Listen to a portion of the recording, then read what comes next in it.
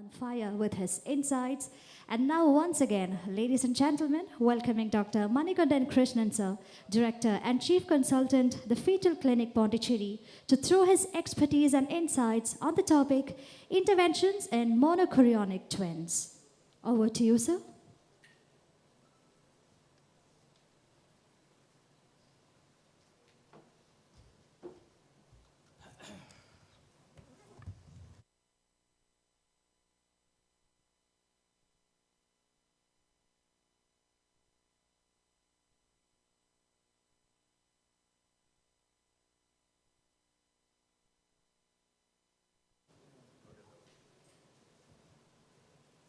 Can I get my, yeah, it's okay.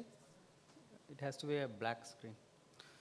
Thank you very much for staying back. This,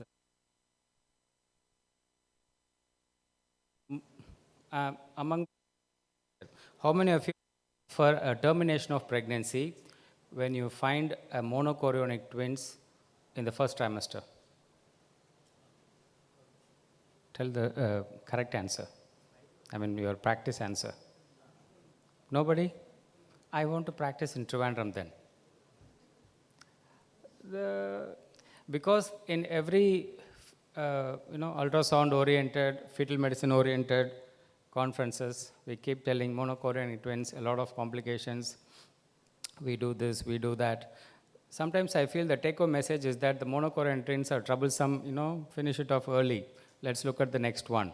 It is equated to an anomaly, bad anomaly case. It's not so, okay? But what I'm going to talk today is how do we make, how do we make monochorionic twin pregnancies better? They have a poorer outcome, but how do we make them better? This card changes. Okay, yes. Yeah.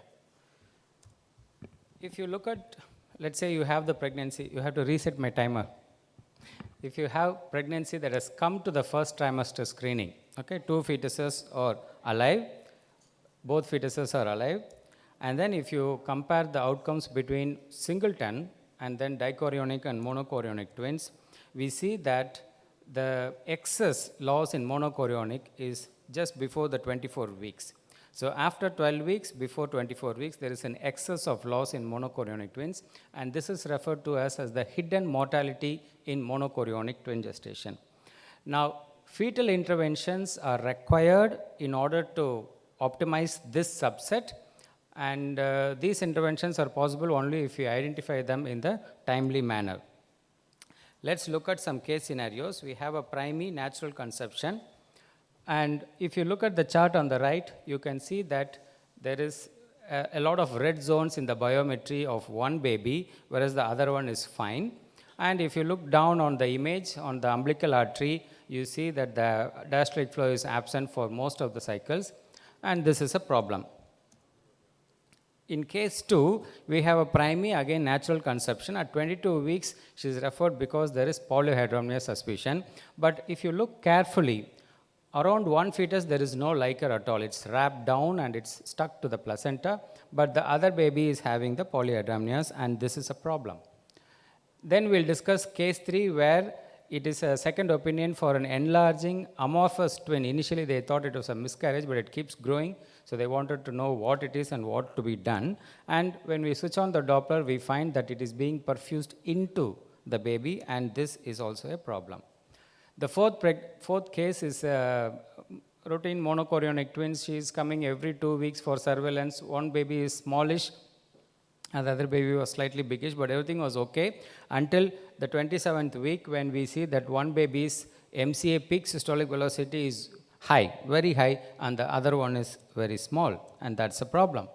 And the fifth one is referred as a problem in the first trimester because it was they couldn't see the intertwin membrane. There is a cord entanglement, so that is diagnostic of monoamniotic twins. But the problem was at 18 weeks, one baby has started having ADF and high DVPI. So what do we do now? So we will go into the management of all these things, but before that, let's understand 3 principal fundamental concepts about monochorionic twins. In all monochorionic twins, they share a single placenta and hence it is a monochorionic. There is always territorial discordance and it is determined by where the cord are inserted into the placenta. You can see here that the cords are nicely inserted away from each other in a sort of symmetric, diametrically opposite position, and therefore there will be less of territorial discordance. But we have to understand that territorial discordance is universal. The extent may vary, and how much territorial discordance is happening we can gauge by is determined by the placental cord insertion, but it can be gauged by the EFW discordance. So when you take the weight of the babies by ultrasound, you can see that in the report they will give you what is called EFW percentile discordance. So from territorial discordance, we move to the second concept that is called intertwin anastomosis. Again, if you look carefully, you will see that there is an artery connecting to a vein and both are returning to the same umbilical cord, and this is the cotyledon of that particular fetus. So this is an unshared cotyledon. Unshared cotyledon are very common in normal pregnancies. In singletons, it is always unshared. In dichorionic, it is always unshared. But in monochorionic, in addition to unshared cotyledon, you will see shared cotyledons, which is perfused by one twin and drained to the other twin. So these shared cotyledons are maintained by what is called deep AV anastomosis. So the artery comes from one, it dips into the cotyledon, becomes capillary, but the draining vein goes into the opposite fetus. So this is a shared cotyledon, very important concept.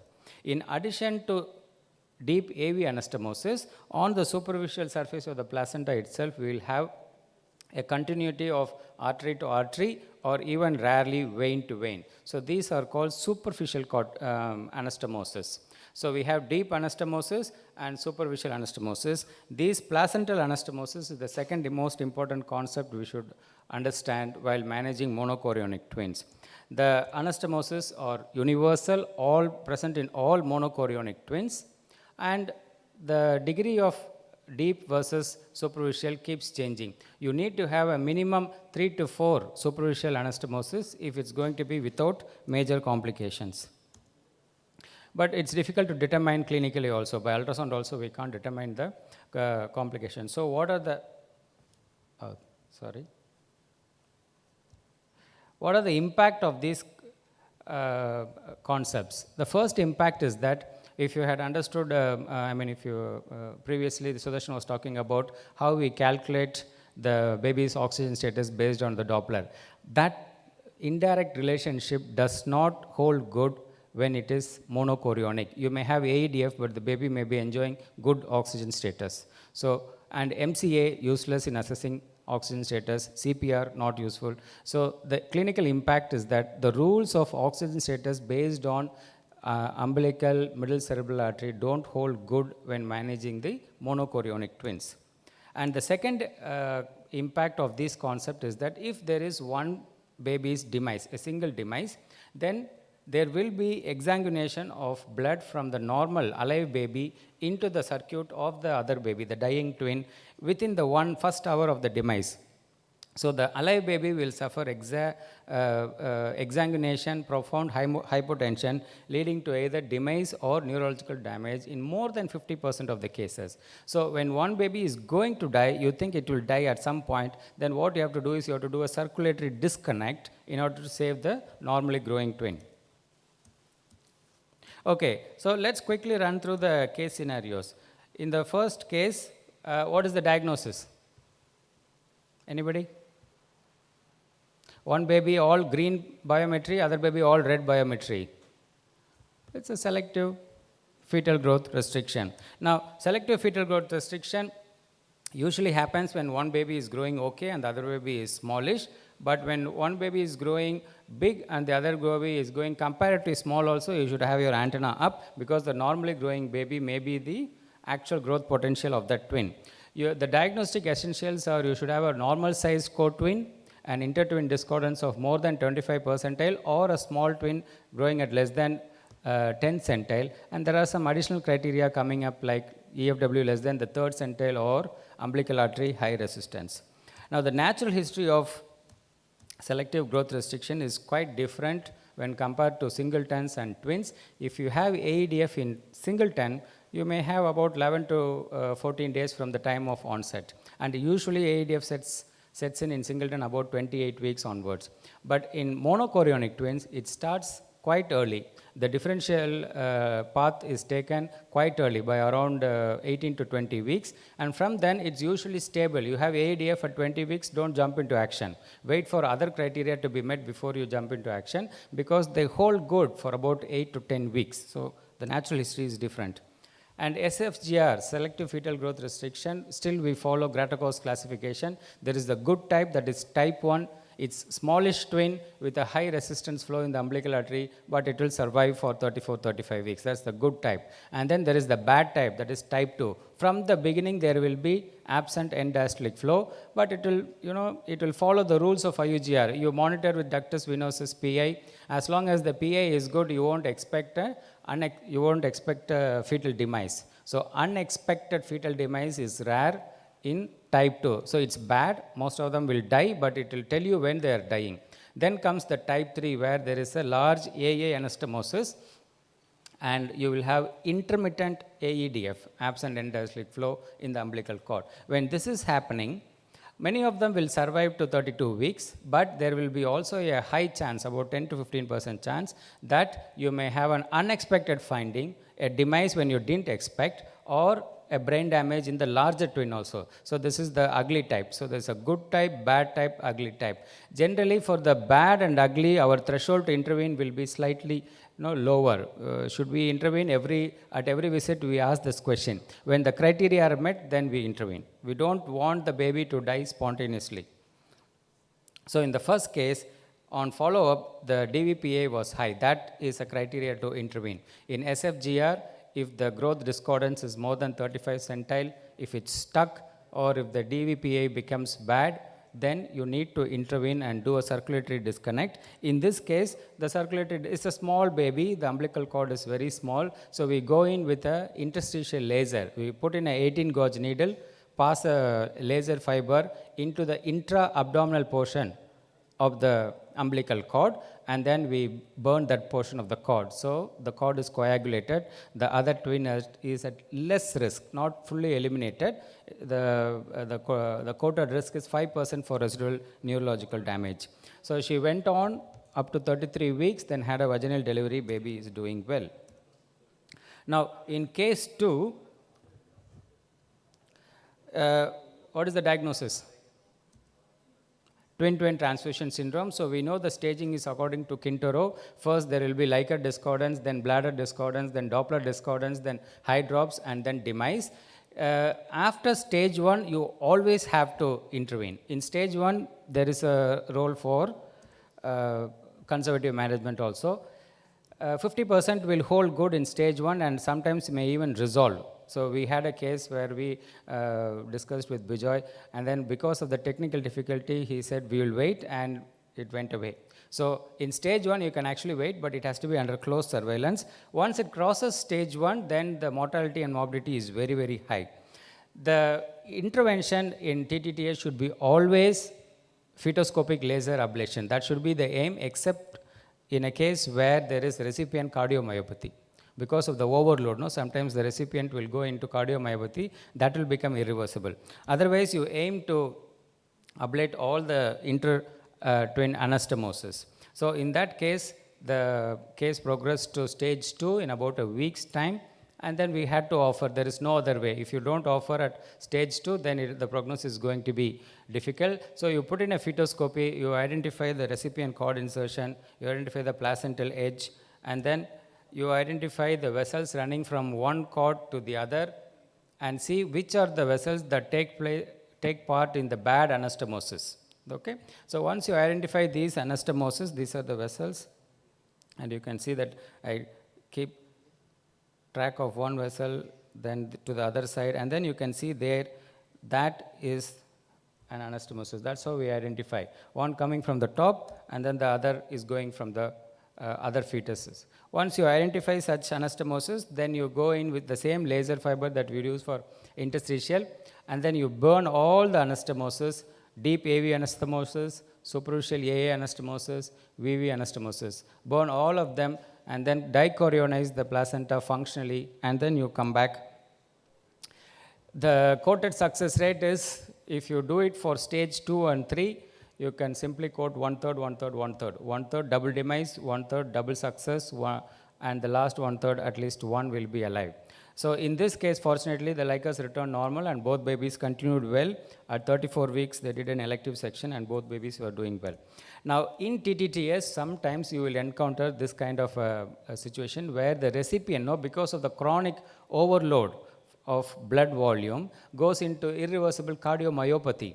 Now, when you say that there is cardiomyopathy, then doing an extensive fetoscopic procedure may not help in the recovery. So, you can do an alternative, what is called as a bipolar cord coagulation. So, the twin is anyway going to die. So, what you do is, instead of going inside the baby and doing a laser ablation, what we did in case 1, the baby is big now, you can't do a laser. RFA also may be a little bit touch and go. So you can go and occlude the cord with a bipolar forceps, and then you burn the cord at 2 different places, then circulatory disconnect is established. Now, let's go on to case 3. This, what is the diagnosis? Yeah, it's a TRAP, twin reversed arterial perfusion, and in TRAP, the management is a little bit controversial. We'll try to bring out that in the panel also. So, there is an abnormal AA anastomosis early, and then what happens, the twin that is getting perfused does not develop cardiac structures and upper body structures, so it's an amorphous one. It can keep on growing and cause overload on the pump twin, the normally growing twin, which may die. So there is a high degree of, sorry about that, there is a high degree of fetal demise when this happens.